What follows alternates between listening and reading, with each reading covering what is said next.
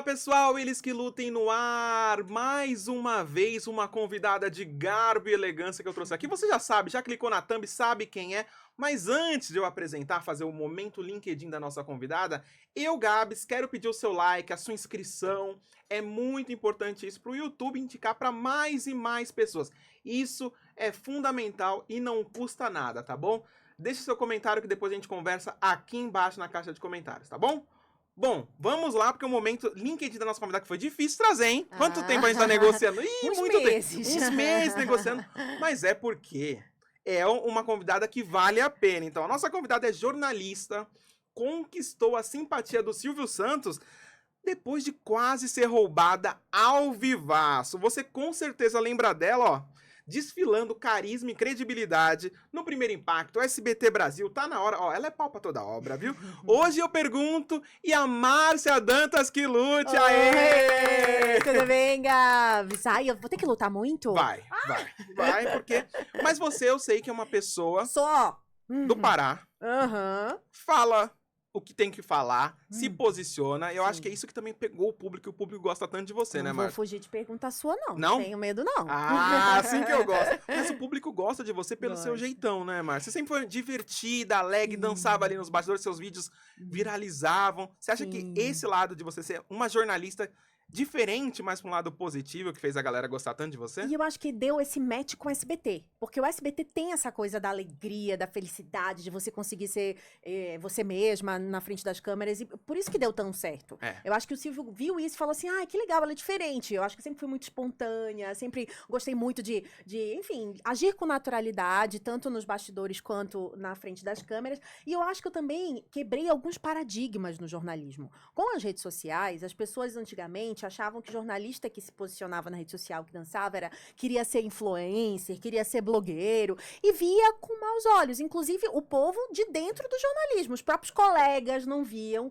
com bons olhos. Só que aí, quando o negócio começa a dar certo, você vira referência. Exatamente. Então, eu quebrei alguns paradigmas, por exemplo. Ah, jornalista não pode dançar, jornalista não pode gostar de funk, jornalista tem que ser sério o tempo inteiro. E eu nunca fui, porque nunca coube pra mim nenhuma caixinha. Nunca, a pessoa tenta me colocar num estereótipo, eu saio dele, porque eu não sou isso, eu sou muitas coisas, eu sou muito diversa.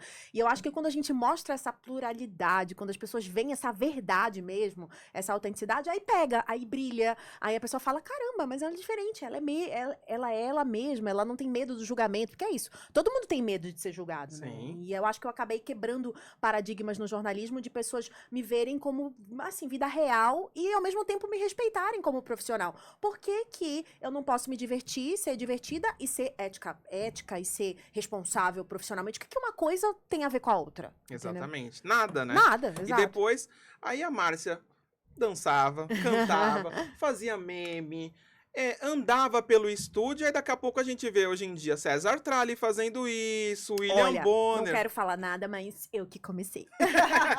Foi isso? Você tem essa consciência? Foi, consciência absoluta, porque ninguém mostrava bastidor. Quem é que fazia desafio do TP?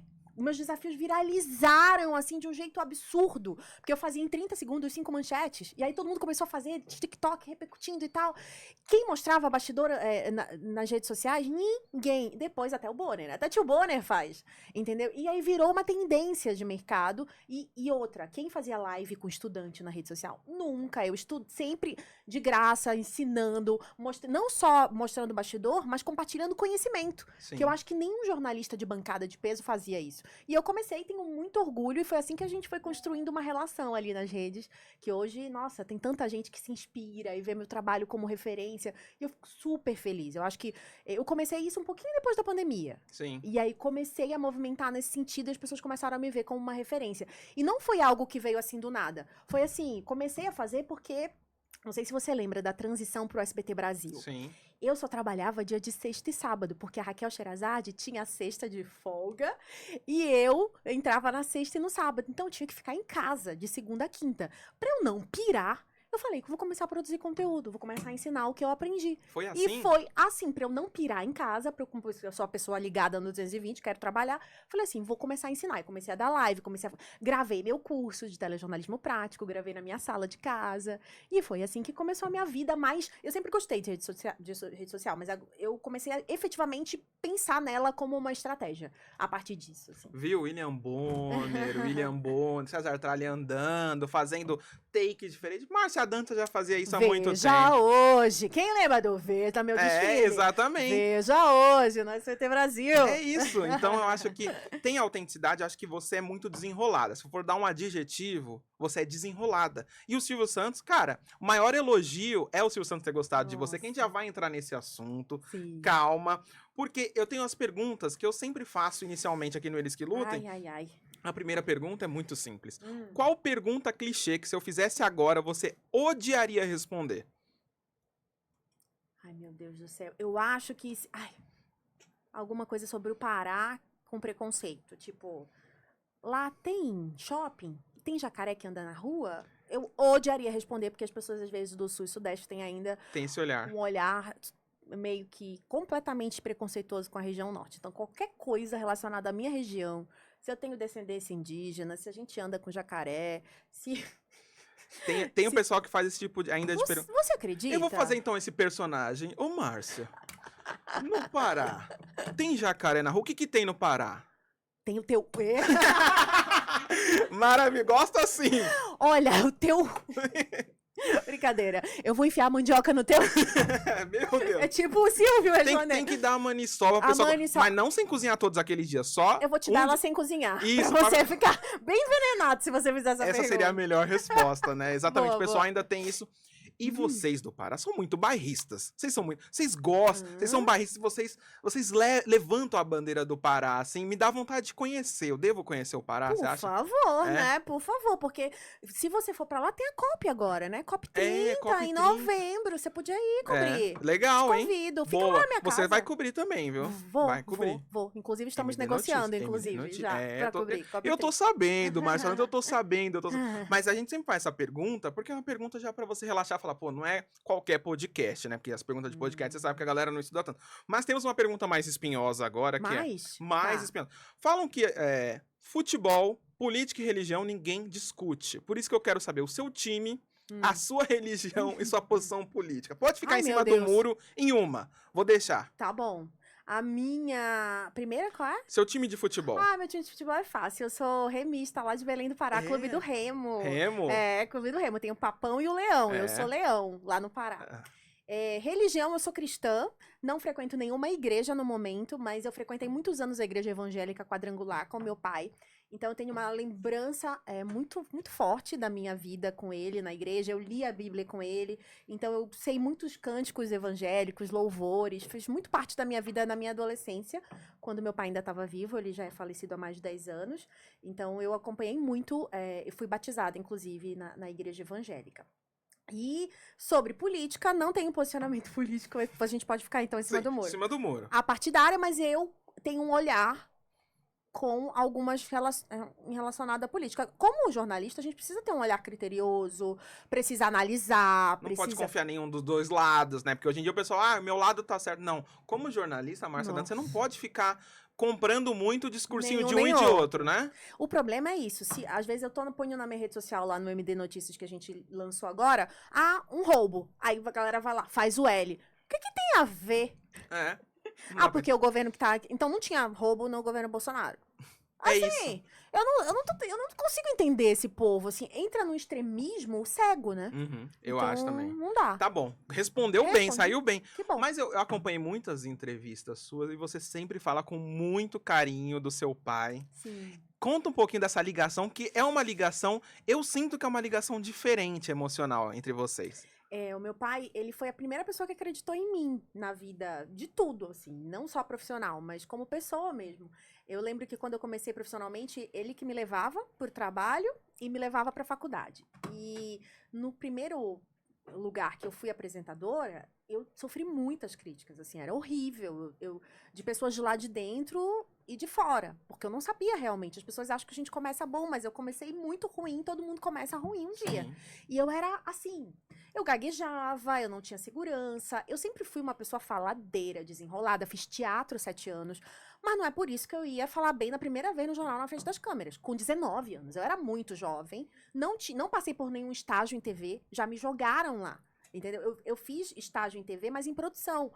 Vídeo era pouco, assim. Então, eu não tinha experiência. E o meu pai, toda vez eu saía chorando no carro. E aí ele falava, Má, amor, minha vida, minha estrela. Ele falava, você é uma estrela, você vai brilhar muito ainda. Essas pessoas não sabem o que elas estão dizendo. Se eu quero te pedir uma coisa, você não vai desistir.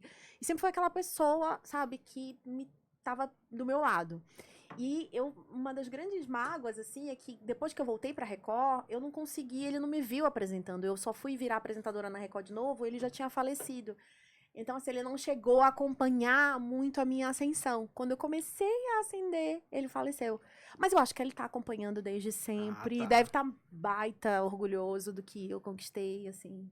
Ele é uma referência. E o meu pai é essa pessoa que recomeçou muitas vezes na vida. Então, ele sempre me ensinou que a gente pode ir com medo mesmo e a gente vai ter a profissão que a gente quiser, a gente vai aprender o que a gente quiser. Então, ele foi tudo, assim. Ele foi bancário, foi vendedor de fruta, foi... Até barco ele fez, até... É sério? Sério. Ele era desenrolado igual você. Desenroladíssimo. Eu falo que eu puxei muito pra ele isso, assim. Eu aprendo rápido, eu vou, eu faço. Eu não posso nunca ter feito uma coisa na vida. Se alguém me ensina, eu vou aprender e vou fazer bem. Ainda vão falar, olha, lembra que eu assumi aquela parte da meteorologia? É editora do Tempo, né, do SBT, não Eu nunca nem tinha pensado em fazer. E aí, em 2, 3 meses, estudei. Eu lembro que na segunda semana tinha gente que falava assim, parece que você fez isso a vida inteira. Parece que você fez... Porque tudo que eu faço com tanto amor, que eu coloco assim minha alma, e eu vou... E as pessoas sentem que é... Nossa, olha como ela tá se esforçando. Parece que rola um carinho assim, nossa, mas ela tem super bem. Nem parece que ela nunca tinha feito isso na vida.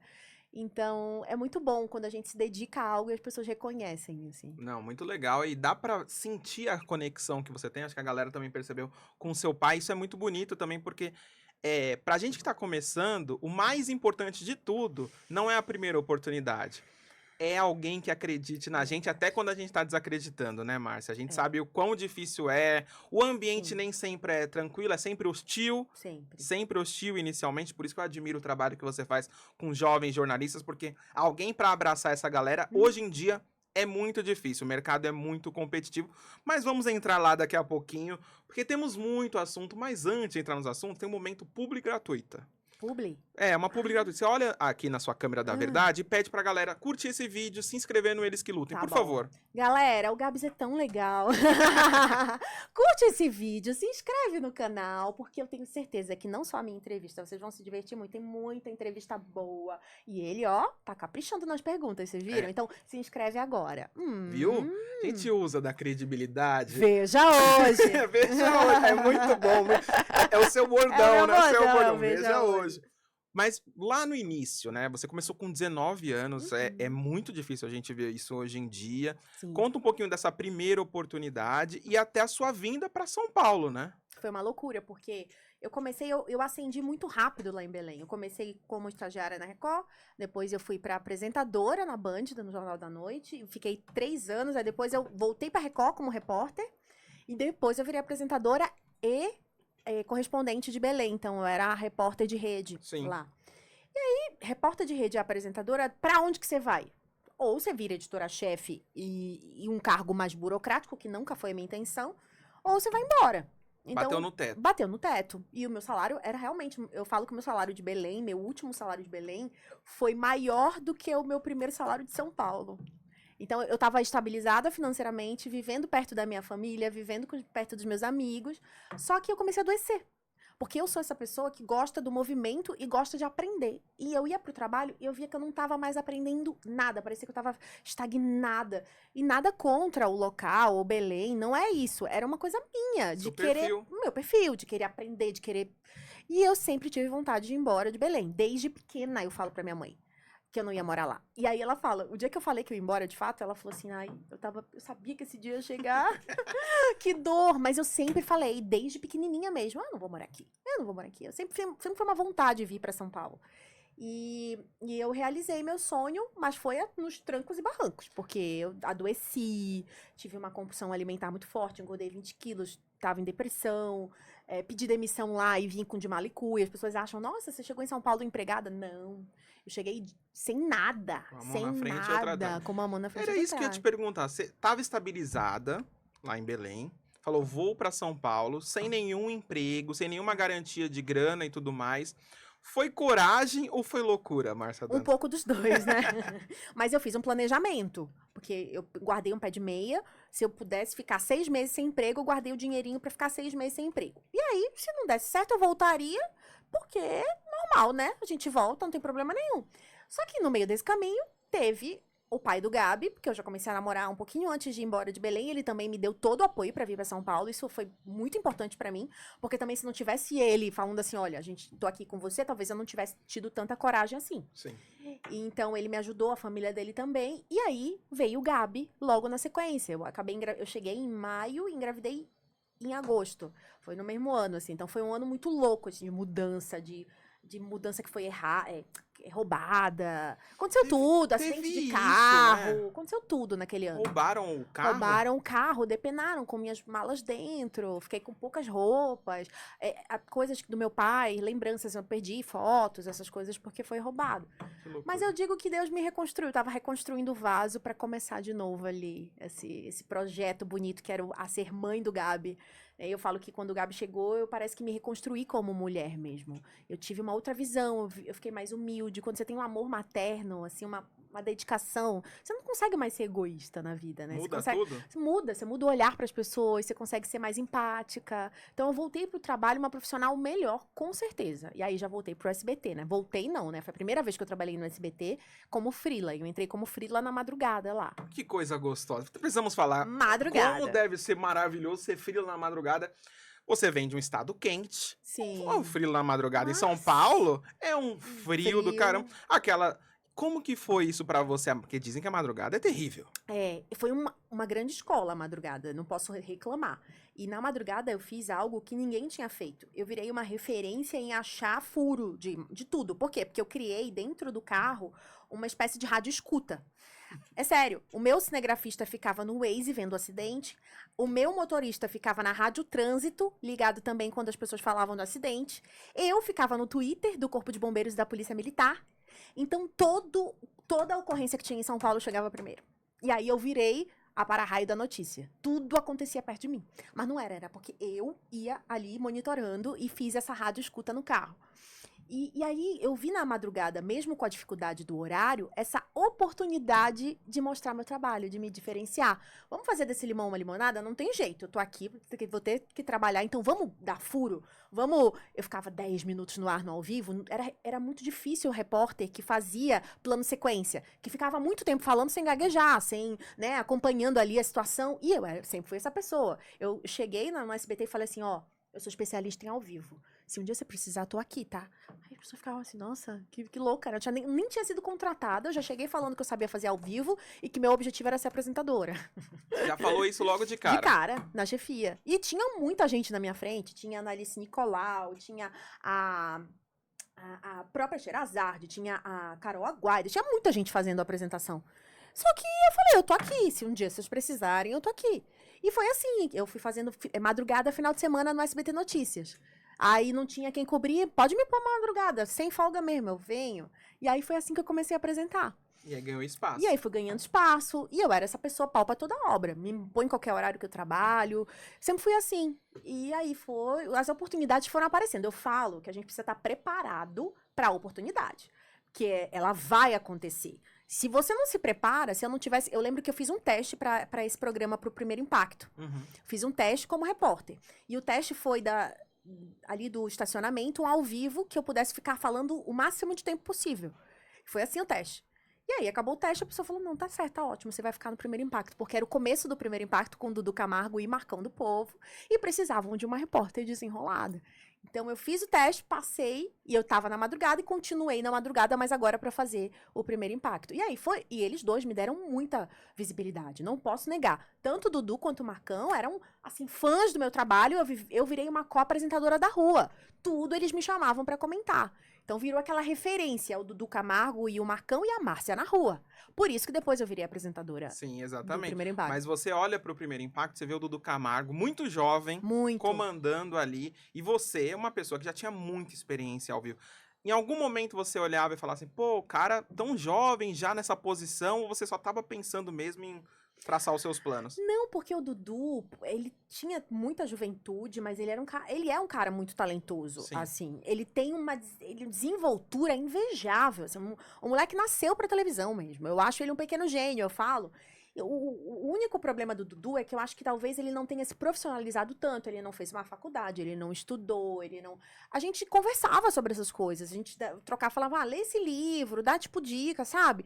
E aí eu acho que o Dudu faltou, e talvez essa coisa da televisão mexeu muito com ele, e ele foi muito pra esse lado, assim, e acabou meio que se perdendo. E eu via nele um grande talento, então nunca passou por mim, esse moleque aí, não sei o quê. Não, eu acho que ele é um... E ele melhorou muito do que ele começou. Teve uma fase que ele tava voando, inclusive, que a gente batia na Record todo dia quando eu era repórter. A gente ficava na frente da Record, ali, segundo lugar. Incomodava eles. Incomodava. Eu lembro de um dia que eu substituí Marcão, que a gente deu 8. Quando que o SBT deu 8 de manhã? Eu não lembro a última vez, a não ser essa, aos 3, 4 anos. Sim. Então, tava incomodando tanto que a Globo fez o Hora 1 Sim. 1 hora antes por conta do Dudu e do Marcão. Então, assim, tava muito alinhado. E é engraçado isso, parece que quando as coisas estão alinhadas no SBT, eles vão lá e desalinham.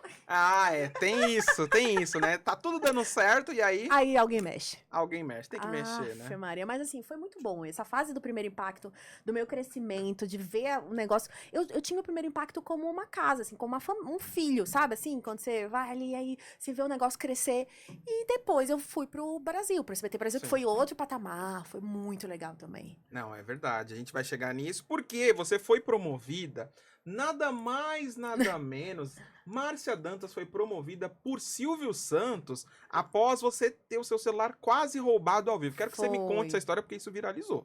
Foi. Eu acho que foi o maior viral. Se eu não me engano, o maior viral da minha carreira foi essa história do Gabriel Não, Diniz. tem uma outra, depois eu vou falar tem? outra. Tem. Não, tem vários, né? Eu já fui apedrejada, já aconteceu tudo com essa pessoa aqui. Por isso que fala o para-raio, né, da notícia. Na verdade, fizeram um top da repórter mais azarada do Brasil. Sou eu. Eu não falo que é azar, não. Eu acho que é sorte, viu? Porque eu acho que quando a pessoa nasceu pra aquilo, tudo acontece. Mas Silvio, foi assim...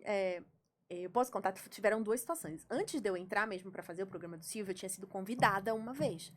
E aí, chegou, e não sei se vocês sabem, mas muita gente conta essas histórias, que tinha hora que ele falava, isso aqui eu não vou gravar, isso aqui eu não vou fazer. E um desses programas foi assim, eu fui, tava pronta, arrumada pra entrar, e eu tava com outro apresentador, que eu não vou citar o nome, mas ele ia brincar comigo no jogo das 3 pistas. E aí, o Silvio olhou, pegou meu nome, pegou o dele, e os 2 jovens, né? E aí ele falou assim, eu nem sei quem são esses 2 aqui, não vou gravar. Eu acho que eu nunca tinha contado essa história. Ele falou isso? Ele falou assim, quem é Márcia? Quem é fulano? Não vou gravar. E aí eu fiquei sabendo depois disso, né? Muitos anos depois eu fiquei sabendo. Mas aí a moça, né? A secretária dele, a Soninha, falou assim, Márcia, então, ele teve um problema, ele não tá se sentindo bem hoje, mas a gente vai te chamar de novo. Aí eu, beleza. Sabia que era comum isso acontecer mesmo. E aí, quando eu voltei no programa, foi com o Carlos Nascimento. Aí teve isso. Essa menina, ninguém conhece, mas tem o Carlos Nascimento. Outro patamar, né? Aí é outro patamar. Então ele usava isso. Ele falava assim: eu vou colocar uma pessoa com uma figura conhecida e uma figura que ninguém conhece ainda pra dar visibilidade. O Silvio era genial. Pra proteger você também, né? Exato, porque assim, tipo, quem é que vai assistir esse programa se não tiver uma figura? Ele tinha visão de mercado, né? Ele tinha visão de audiência. Enfim. E aí ele usou, o Carlos Nascimento usou, né? Ele amava o trabalho do Carlos Nascimento, super respeitava. E aí fui eu e o Carlos. E aí ele não tinha visto o vídeo do roubo do celular lá em João Pessoa, aí ele viu no ar, achou o máximo e tudo. E aí tem uma história que antes de eu entrar no programa, eu perguntei pra minha chefe, falei, como é que eu ajo, né? Como é que é? Me dá uma dica pra eu agir com o Silvio.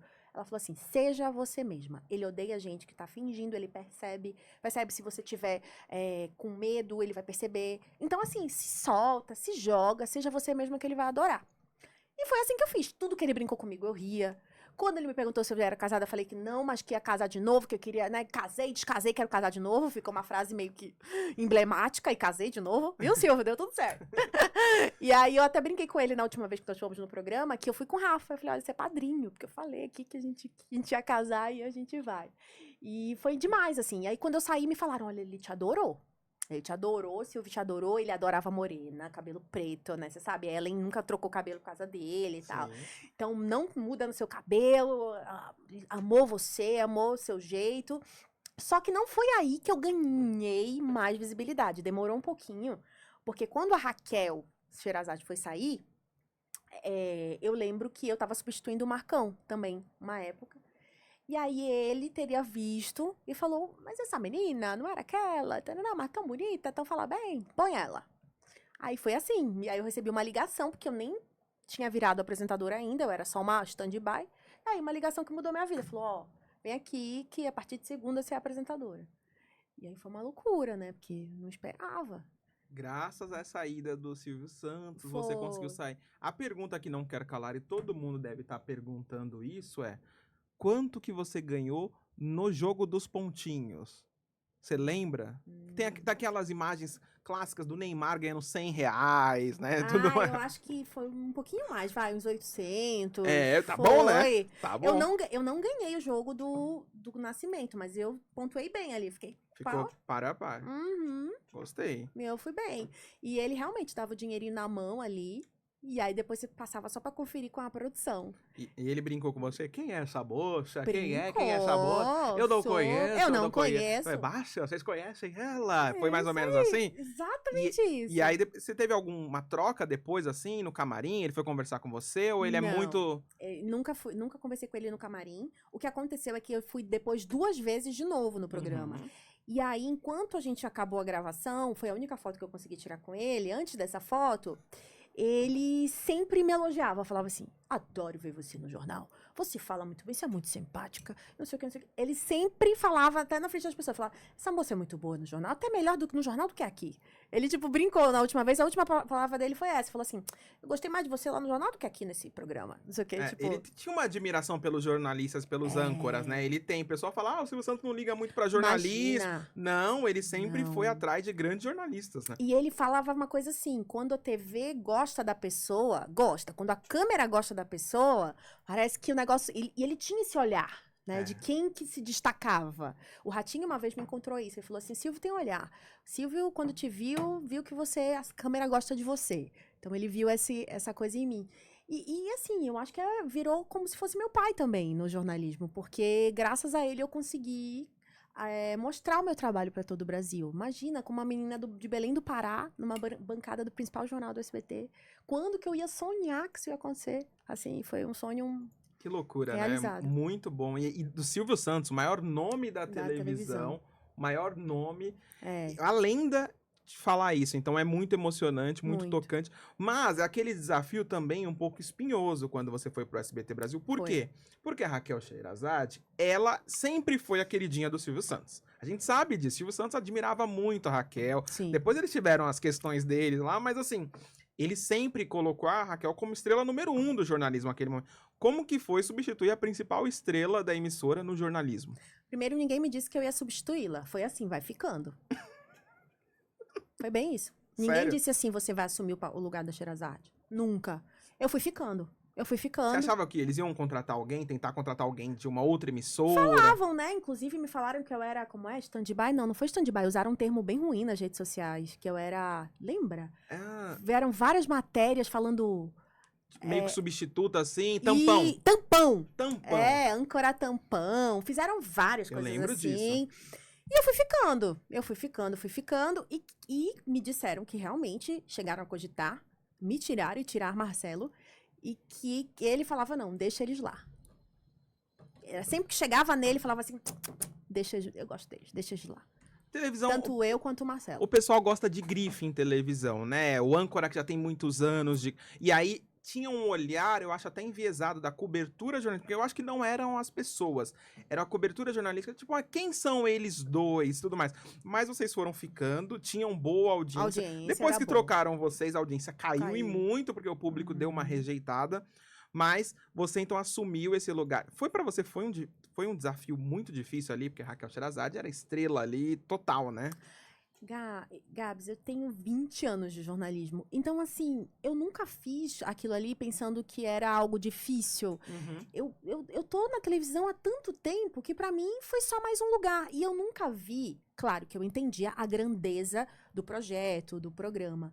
Mas pra mim, jornalismo é jornalismo. Sim. Não significa que eu sou melhor ou maior do que ninguém, ou páreo com ela. Ela é ela, eu sou eu. Então, eu só tava ali assumindo o meu espaço e assumi com todo o meu coração, com toda a minha vontade e com toda a minha autenticidade. Nas chamadas, no Veja Hoje, nas minhas coberturas fora da bancada, quando eu fui para Belém, algumas vezes cobri algumas situações do presidente, alguns programas que eu fiz especiais lá. Então, assim, eu acho que eu consegui colocar o meu jeito. Isso foi o mais importante para mim. Não foi ocupar um lugar. Não, eu coloquei meu nome na bancada do SBT Brasil com a minha autenticidade. Eu não perdi quem eu sou, a minha verdade. Então, a Márcia do Pará tava ali em todos os momentos. Quando eu falava do Pará, quando eu te colocava o meu sorrisão, quando eu gargalhava, quando eu fazia uma brincadeira com o Marcelo, quando eu tirava o Marcelo do prumo, porque ele não esperava. Porque ele é mais certinho, né? E aí, depois foi legal isso, porque ele meio que me, sabe, era um Um segurando o outro, um equilíbrio total. Era muito legal. A primeira vez que eu assisti você no SBT Brasil, eu falei,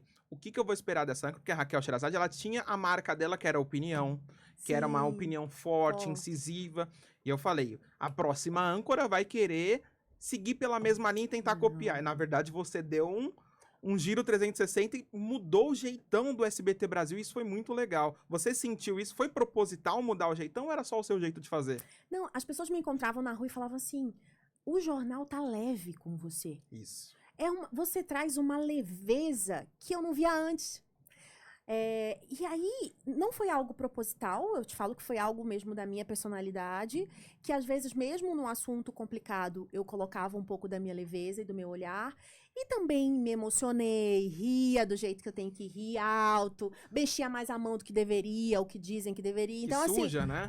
Então, eu sou essa pessoa. Então, eu acho que o público foi vendo isso. Eu falo, mas eu gosto de ver o jornal com ela. Mas olha, é diferente. Olha a chamada, olha a viradinha que ela dá, olha... Então, assim, eu falo que não é intencional.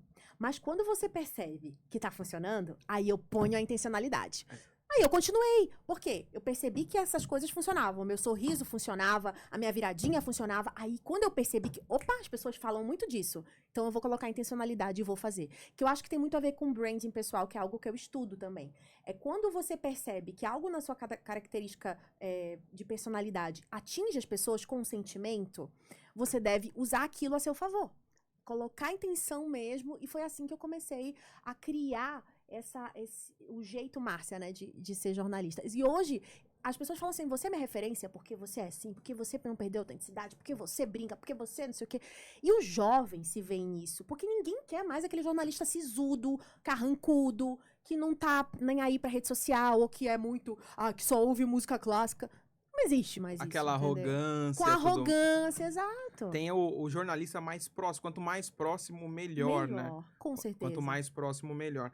Olha, Márcia, tem muitos assuntos aqui, mas o que você falou sobre brand, pessoal, é muito importante. As pessoas que estão assistindo, elas não sabem que muitos dos convidados que a gente recebe aqui no Eles que Lutam, eles já fizeram várias entrevistas. A Márcia Dan tá cansada de fazer entrevista. Sim. Tá cansada, é uma pessoa muito requisitada. O único jeito pra gente fazer uma entrevista diferente é a gente apostar na nossa bagagem, no nosso estilão, no nosso jeito de ser. Isso eu acho que é o mais importante. Não adianta eu chegar aqui e tentar copiar a galera do Podpah, a galera do Flow, a galera de não sei o quê, ou minha colega aqui na Cacá Novelas que você foi lá. Não adianta copiar, você tem que ser você. E eu acho que isso também cativou o público, cativou o Silvio Santos e fez você ir mais longe. Mas temos um momento, antes desse momento, eu pedi o like de vocês, se vocês estão gostando desse papo, que tá muito bom, tô me divertindo bastante, porque a Márcia prometeu que não ia pipocar e tá falando tudo. Tô. Eu gostei. Então deixem o like, se inscrevam no canal. É importante você ativar o sininho também pra gente continuar esse papo. Por quê? Márcia Dantas... Vai tomar uma água aqui. Márcia Dantas, ela teve um meme que repercutiu. E esse meme, toda Páscoa, esse meme volta com o Marcelo Torres. Ai, maravilhoso. Conta pra mim. Nessa Páscoa, viralizou de uma forma até, eu acho que maior do que a primeira. Eu não entendo, gente. Parece que as pessoas gostam, cada ano que passa, elas gostam mais desse meme. com todo respeito, né? Mas o meme dos ovos, né? Ai, você vai me dar um ovo, até 2 se você quiser. E ficou aquele clima de... Eu fiz até o vídeo chegando com os meus 2 ovinhos no domingo. De Páscoa. Toda Páscoa, volta esses memes e o pessoal começa a te marcar. Dizer, houve uma transição aí durante esses anos, uma transição de como esse meme é visto. Porque, primeiro momento, o Marcelo ficou muito chateado. Porque, assim, primeiro que ele é uma pessoa corretíssima, ele é muito gentleman. Sim. Então, assim, jamais ele fez de maldade. E aí a cabeça das pessoas chamando ele de assediador, de coisas horrorosas no Twitter, na primeira semana que o meme viralizou. E aí ele ficou triste, ficou mal. Ele chegou pra minha amiga, nossa, me desculpa, não queria. Eu falei, e eu me diverti. Dando risada. E eu super usando o meme, eu postando, eu sou essa pessoa que usa o meme a meu favor, né? E o Marcelo puto, assim, com raiva, chateado. Tanto que a gente não podia, era um assunto proibido. A gente não podia conversar sobre isso. Ele ficava chateado mesmo em quem tocasse nesse assunto. Nossa. E passaram-se anos. Apenas quando eu e Marcelo saímos do SBT agora, esse ano que ele resolveu brincar. Que aí ele falou, ai, amiga, ganhei 3.000 seguidores. Sei lá, ganhei uns 5.000 seguidores. Você postou e tá bombando. E aí a gente se encontrou no casamento recentemente. E ele falou, ai, amiga, já tô levando na esportiva. Tá vendo, amiga? Então, assim, acaba que agora ele acha engraçado. Mas no começo ele ficou bem bravo, assim, com ele mesmo, assim, falando, puxa, como eu não percebi isso? Como foi um ato falho, né? Sim, ele nem percebeu, mas a edição parece que ele tá falando de maldade. Vamos falar sobre edição. Exatamente. Internet faz o que vocês acharem que foi algo que não foi. Então, realmente, usaram a musiquinha do Chaves, fizeram um corte, dando um close na minha cara e tal. Mas não existiu. A gente só foi se tocar realmente uma semana depois, quando começou a viralizar o vídeo. Então, na hora e nem no dia, nós percebemos isso. Ninguém percebeu. Mas sempre tem um filho da mãe, que né? pega o corte. Sempre tem um filho da mãe na internet. Preparadíssimo pra tirar isso de contexto e fazer um meme, né? É um meme divertido. Eu dou sempre muita risada. Meus amigos me mandaram essa Páscoa também.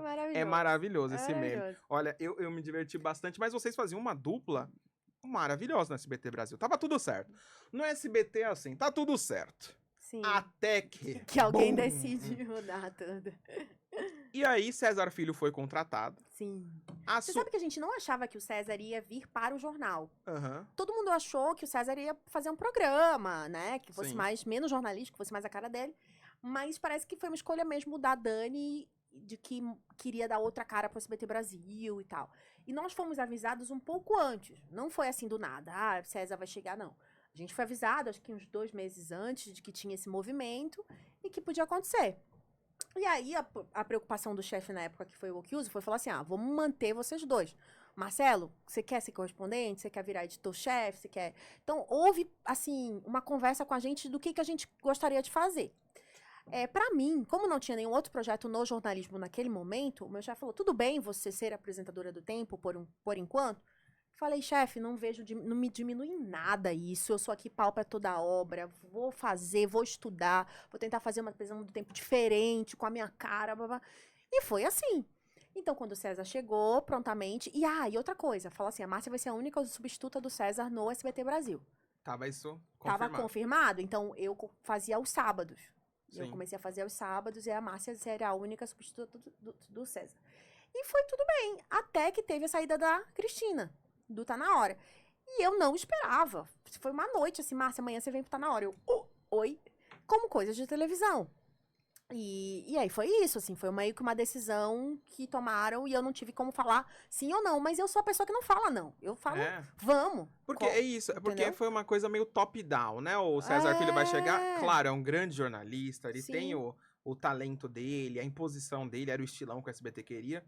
Mas aí falaram, vamos colocar a Márcia Dantas de âncora pra editora do Tempo. Eu olhei essa notícia e falei, nossa, ela vai topar isso? Que estranho. Por quê? Porque na minha cabeça, ninguém gosta de ser, entre aspas, rebaixado. Você sentiu isso em algum momento? Teve alguma troca com o César Filho? Ele chegou a conversar com você? Não, super. O César me acolheu muito desde que eu entrei. Assim, tudo ele falava, olha, a gente tá aqui pra ajudar, não fui eu que sou a pessoa que tirou o trabalho de vocês, não é isso. Então, ele sempre foi essa pessoa que acolheu e gostava muito da minha apresentação no Tempo. Tanto que quando eu cheguei pra falar sobre o Tá Na Hora pra ele, eu falei, César, me chamaram pra lá e falou, olha, vai, se a Daniela te pediu pra você ir, faça mesmo. E ele também me acolheu nesse ponto de ir pro Tá Na Hora, falou, olha, eu conto com você, mas aqui, aí eu lembro que ele não queria contratar ninguém pro lugar da apresentadora do Tempo. Que ele Sim. falou assim, ó, enquanto não decidirem se você vai ficar ou não, não vou deixar ninguém aqui no seu lugar.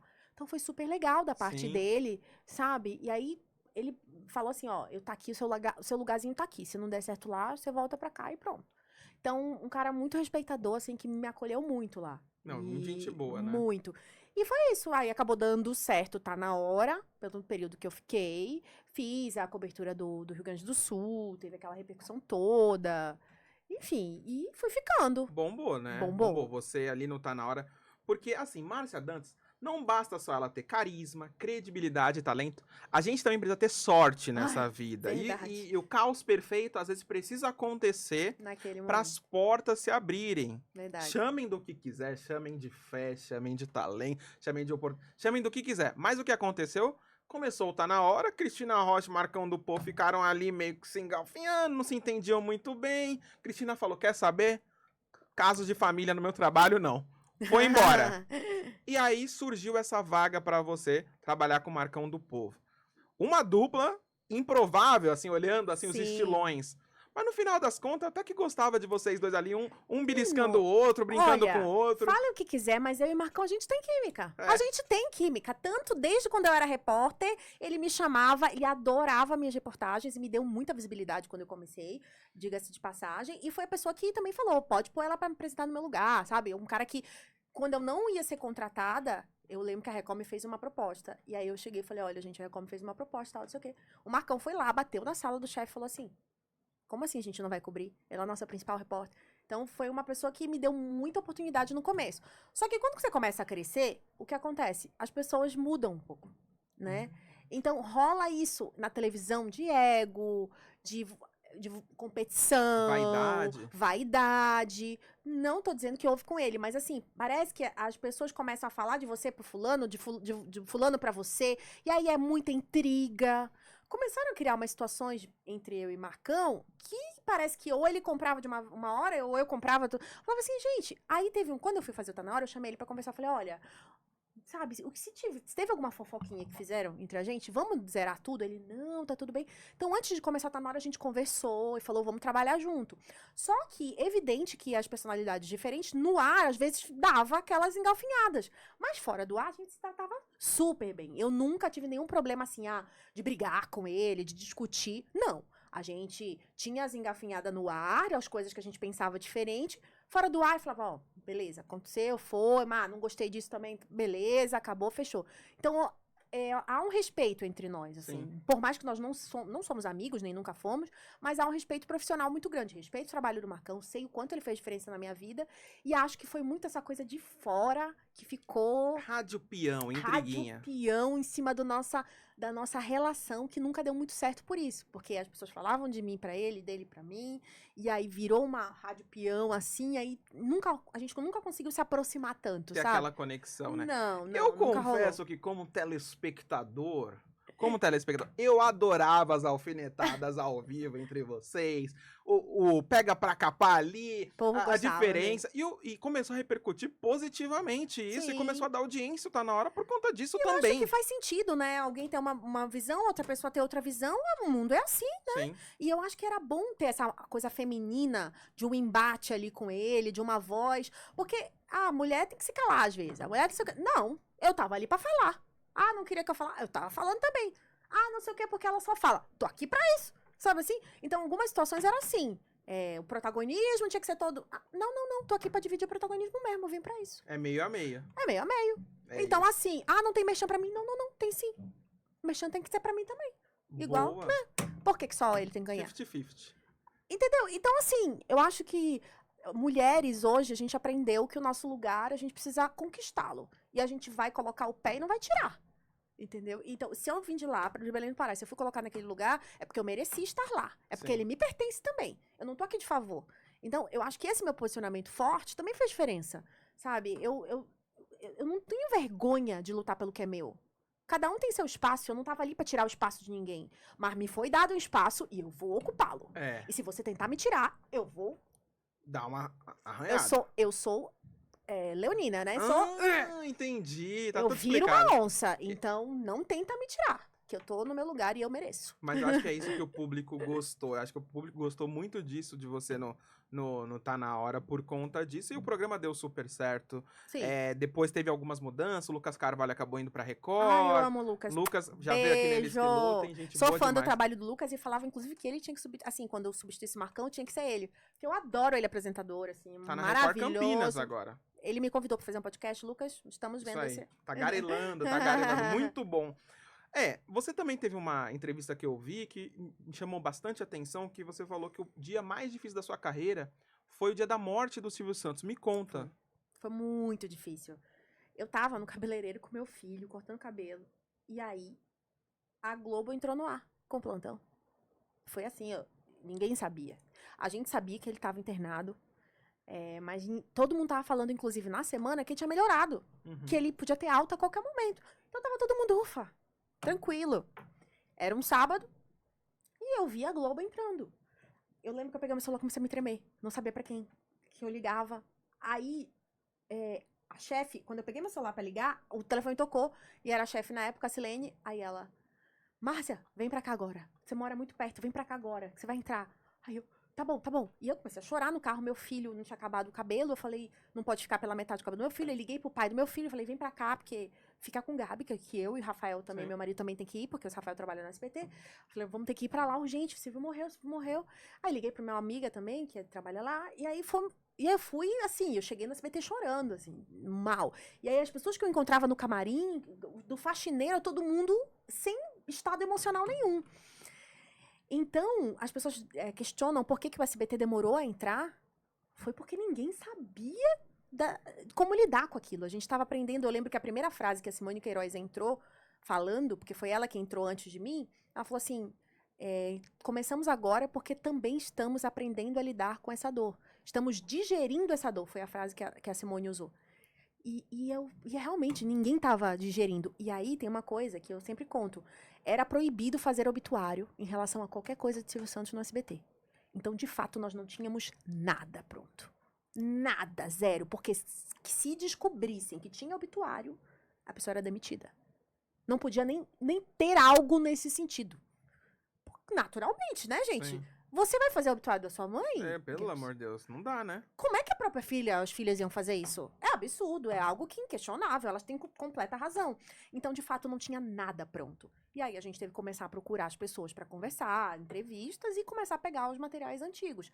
Graças a Deus, o SBT tem um arquivo muito grande. Sim. E a gente tem lá, tem um museu, tem umas coisas lá. E a gente começou a usar esse material e chamar os famosos para conversar. E foi assim a cobertura. Então, eu falo que foi um dia muito difícil por tudo isso que a gente teve que lidar com o próprio sentimento e, ao mesmo tempo, passar a informação e, ao mesmo tempo, acolher a pessoa que estava em casa, que estava chorando. Todo mundo hoje, quando eu faço palestra, que no final da palestra eu falo de Silvio, tem umas 5 pessoas chorando porque era uma coisa afetiva, assim, era uma pessoa que parecia que era da nossa família também. Sim.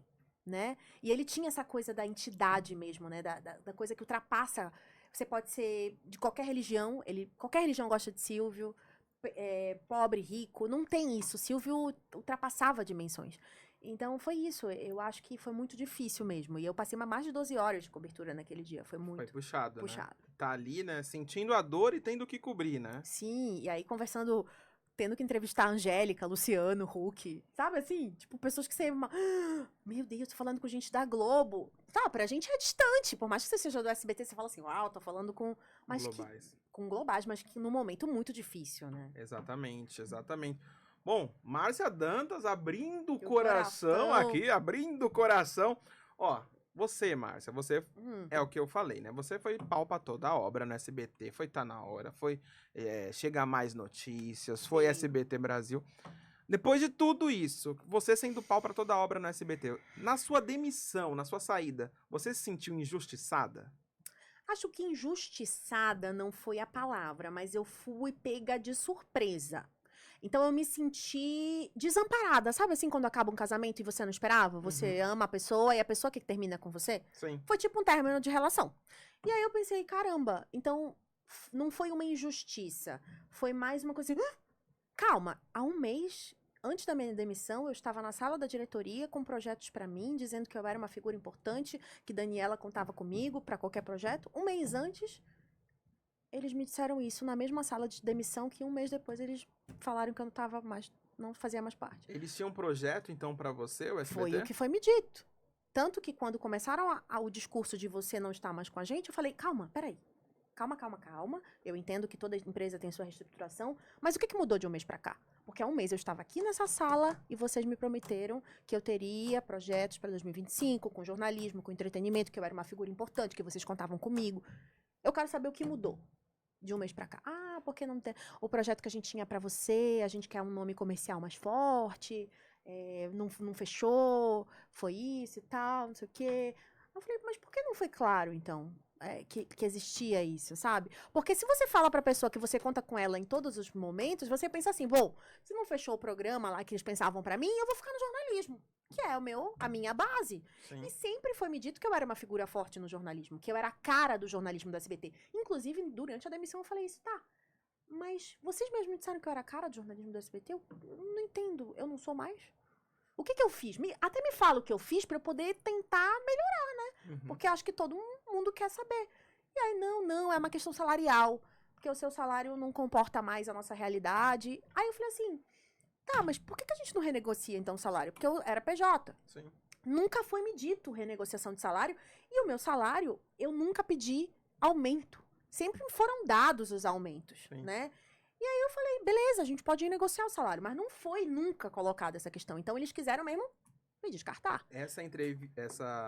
Esse momento foi com a Dani Beirut, estava também presente? Não, Era a Dani só... não estava presente. Estava só o novo diretor de jornalismo,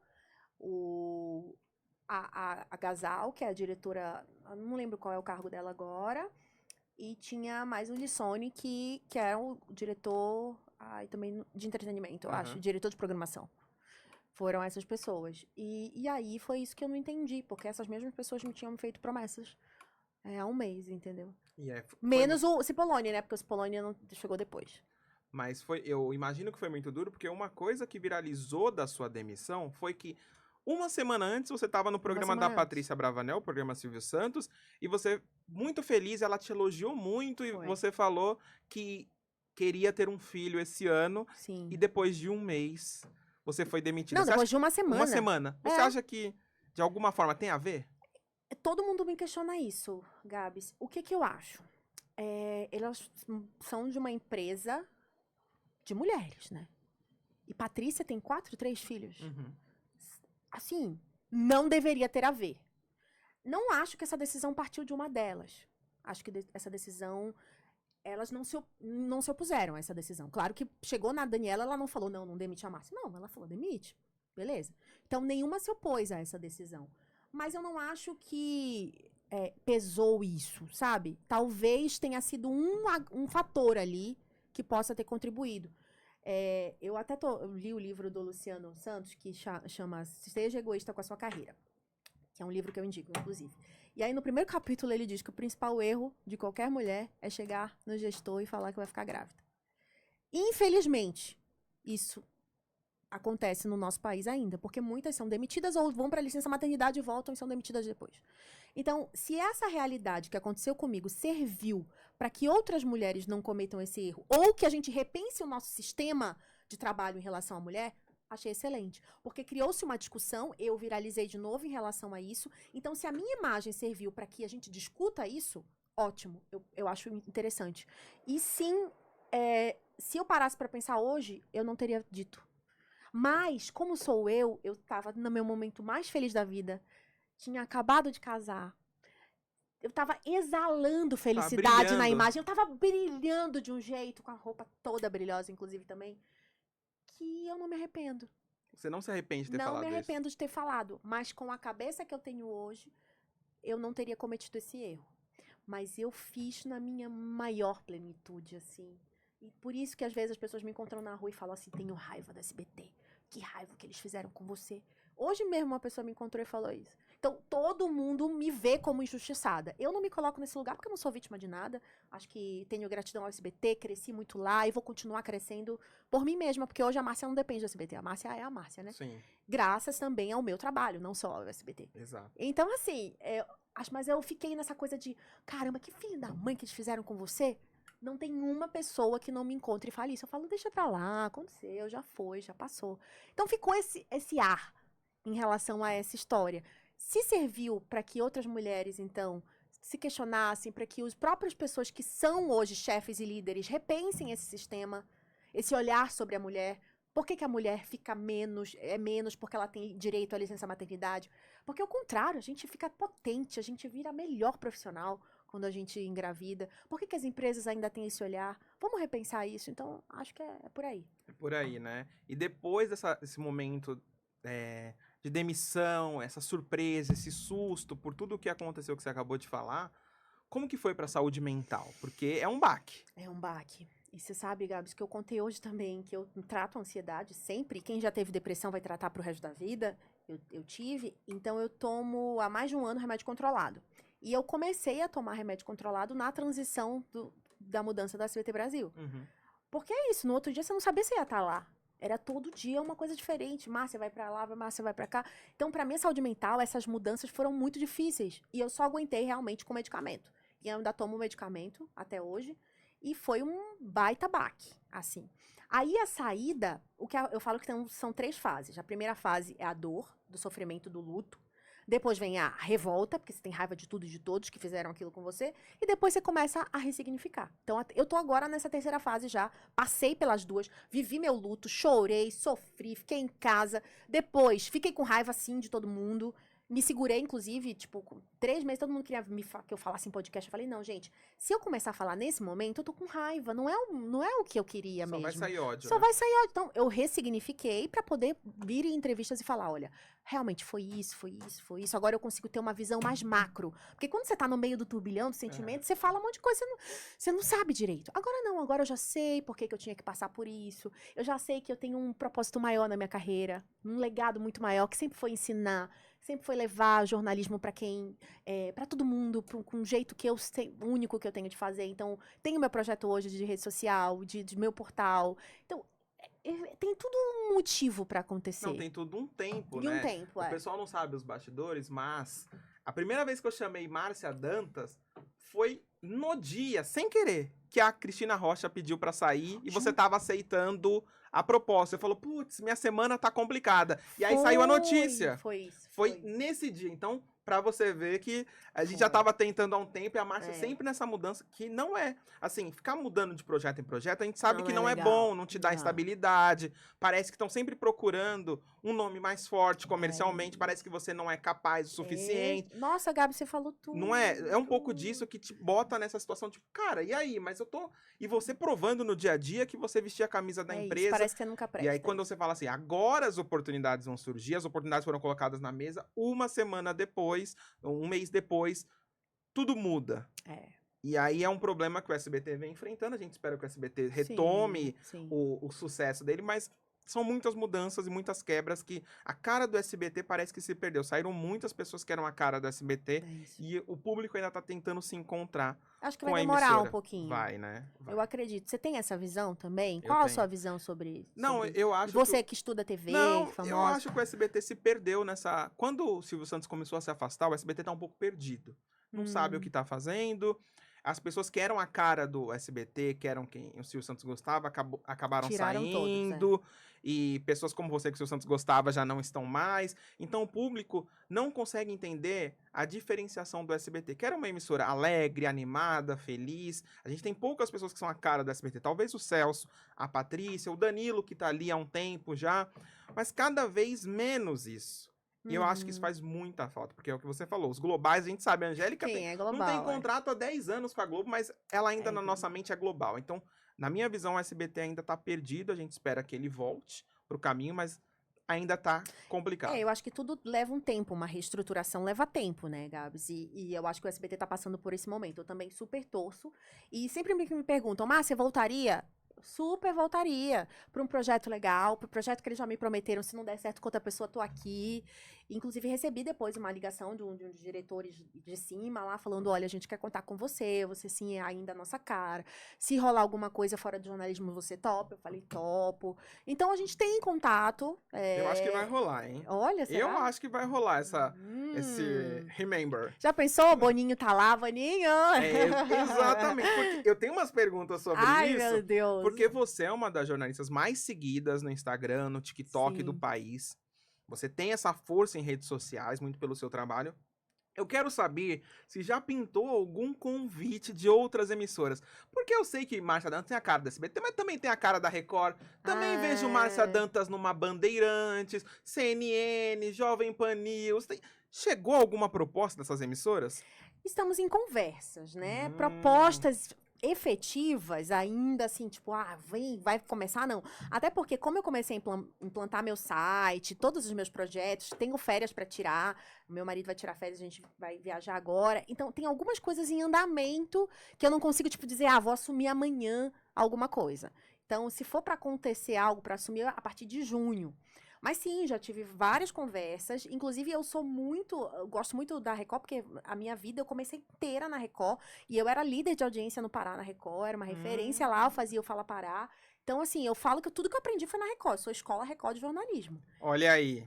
Olha aí. Não fazia esse jornalismo no SBT que a gente fazia antes na Record, que era essa coisa do Marcelo Rezende, do jornalismo policial. Aprendi tudo na Record. Então, sou Escola Record, fui no Tom recentemente, ele super me elogiou. Então, tô aberta. Você perdeu pra quem no Acerte ou Caia? Menino, aquele Gui... Como é o nome? Gui era Araújo. Gui Araújo, de férias com Gui ex. Araújo. E assim, eu tava super bem. Só que eu não soube o nome da casa do Nemo. Bora ver se você sabe. Eu também não sei. Eu também tava no buraco. Anêmona. Anêmona? Era essa palavra que eu caí. Meu filho ficou com ódio de mim, porque Gabs sabia meu Gabs, né? O meu Gabs de casa. Mas eu quero saber. É um tombo muito alto? Ai, eu não posso contar. Não pode. A Record, tem um contrato. Tem um contrato. Depois ela me conta nos bastidores. Vou contar nos bastidores, não posso contar no ar. Mas, gente, aquele barulho que faz... o barulho, você fica muito assustada. É assustador. É assustador. Mas é muito legal, adorei participar. E muito interessante. Agora também tem uma pergunta espertinha, capciosa, que Raquel Sherazade saiu do SBT e tudo mais. Foi receber um convite pra ir pra Fazenda.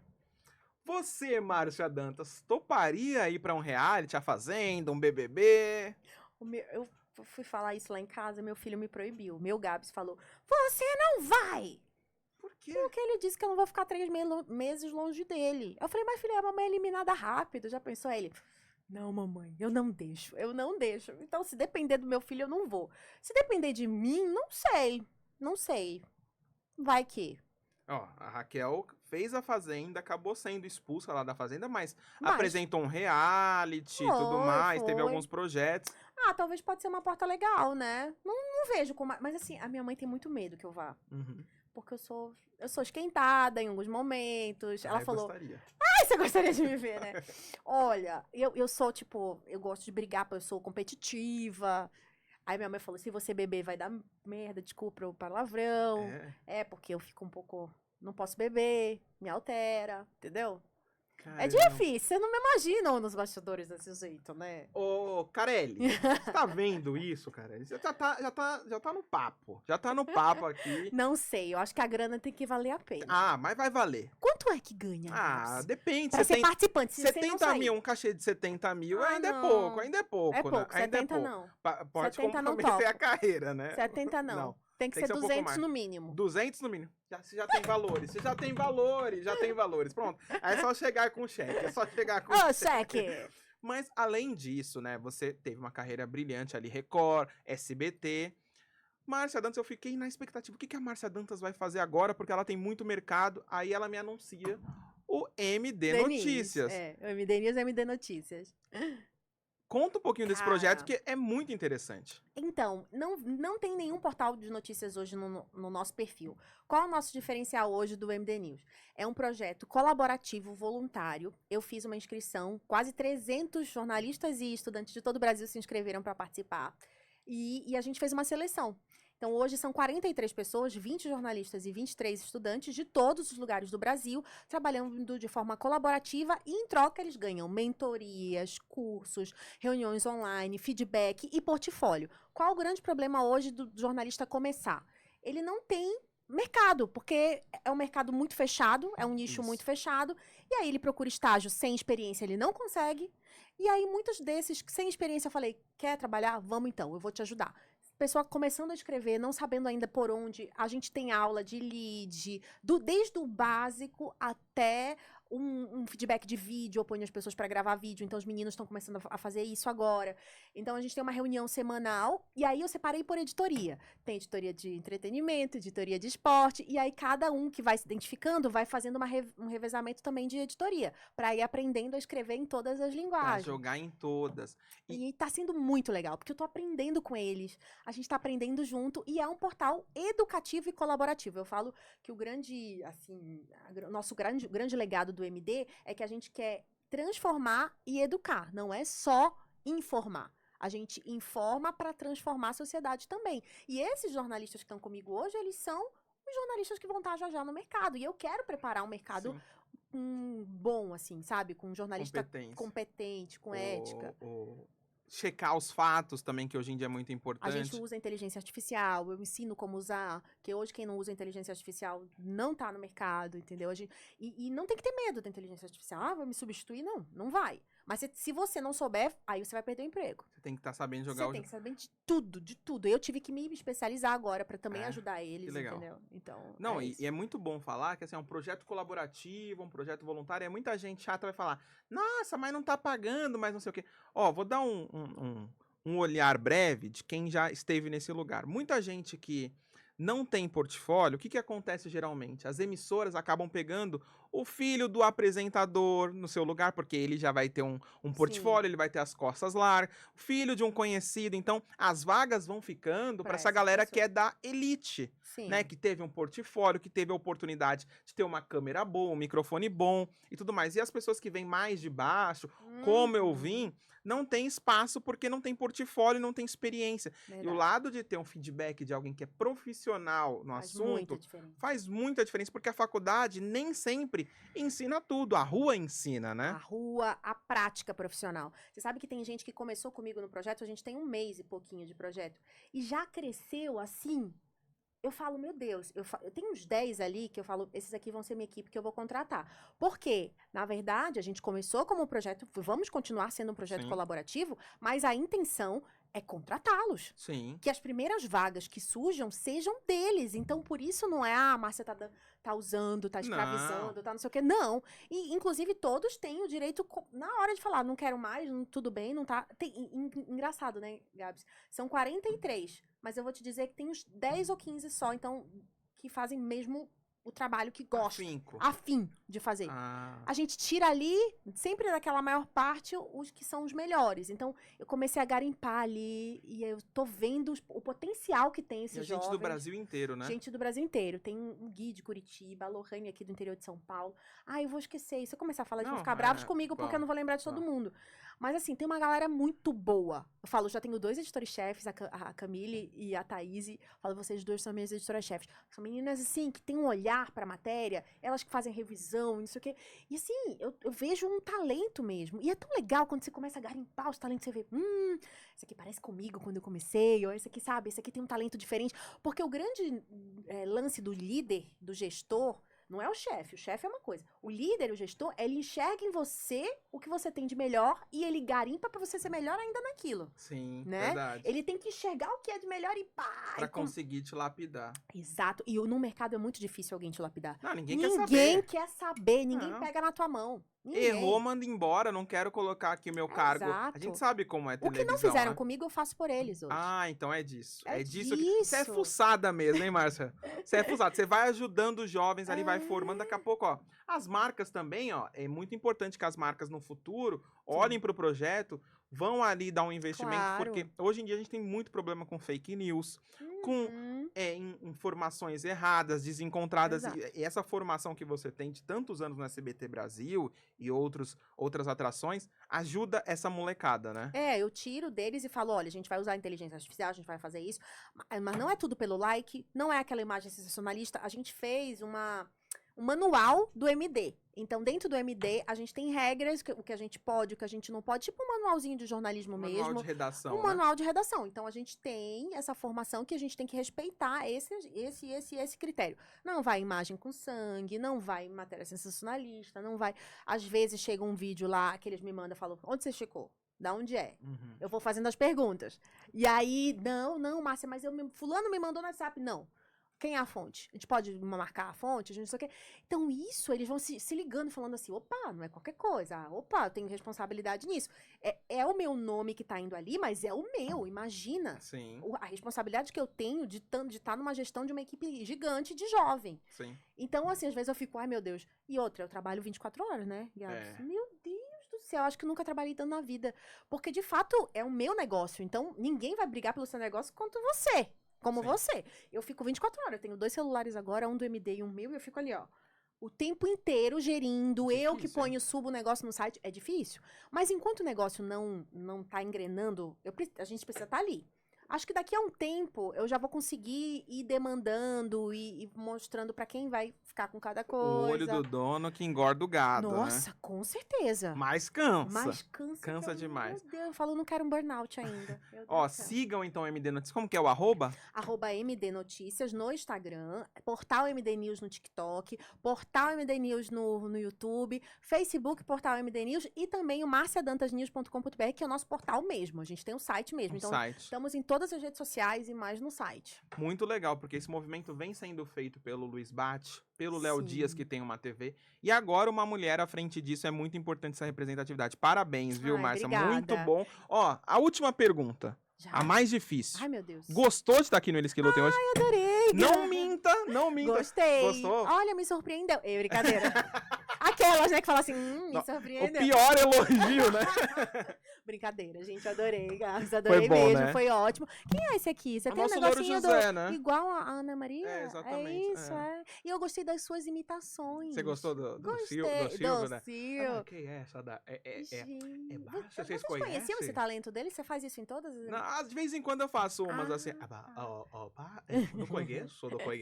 E depois conheceu. Se você deixar, eu vou ficar te entrevistando. Boa, eu vou ficar gostei. perguntando da sua história. Você Vixe. vai no meu podcast quando eu lançar? Eu vou. Pode então, chamar. o MD vai ter um podcast. Vai ter um podcast? Então chama. Então chama Aí que eu te vou. chamo, Gal. A gente falar um pouquinho. Porque vai ter sobre- eu vou fazer uma temporada só com fofoqueiros. Ah, Então eu boa, quero gostei. você. Boa, muito ser? bom. Pode me chamar. Combinado, me chama que então. eu vou.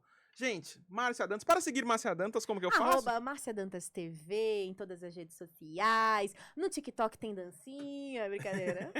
Tem Muito tudo, bom. tem um pouco de tudo. Tem um pouco de tudo, né? Porque um jornalista não é só a bancada sisuda, não. Tem Sim. muito mais camadas, né? Uma cebola. Ai, eu tenho camadas incríveis. Sou leonina, né, bem? Então acho que Leonina. vem do meu peixe bem. E exatamente. Pra me seguir, @BLZGabs, Beleza Gabs. E para seguir o Eles Que Lutem em todas as redes sociais, @elesquelutem.pod, TikTok. Estamos com mais de 320 mil seguidores no TikTok. Uau, parabéns! Parabéns, palmas. Isso aqui é um autoelogio, viu? Temos Eles que Instagram. lutem, nem lutei tanto hoje. Foi Não, suave, foi tranquilo, foi tranquilo. É só pra gente botar um medo, é só a pressão, viu? Tá bom. É isso, meu povo. Lembrando que eu só pergunto e eles que lutem. Até semana que vem, pessoal. Valeu!